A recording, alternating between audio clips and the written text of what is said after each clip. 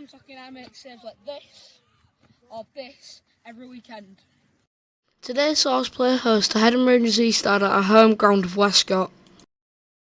A few shots at me from the lads as I get blathered in mud well before the kick-off, as per usual before we get into the match.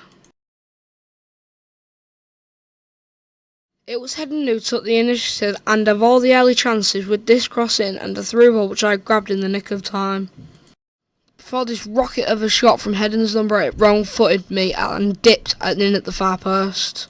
Not long after, a corner wasn't cleared and a shot looped into the top corner, putting Hedon 2-0 up. Hedon pressed us hard and I made it a string of saves from their number 9 as he came through time and time again into a trio of chances from similar positions. The last chance I got in double as it was picked up on both the action cam and the sideline camera operated by my brother Harry. But the pressure paid as Hedon ended up making 3-0 before this defensive mistake saw us go 4-0 down. Hedon was relentless as they charged forward, and this one cannoned off the post before the second shot was saved before Archie plays it out. The resulting corner is put into the mix as a maker could grab for it before juggling it down before being in full control.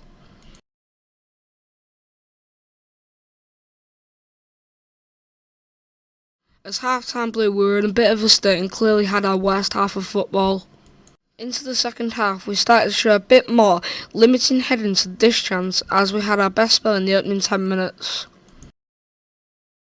We got a penalty which Harvey dispatched to put us 4-1, but the comeback was quickly squashed as Hedon hit back immediately.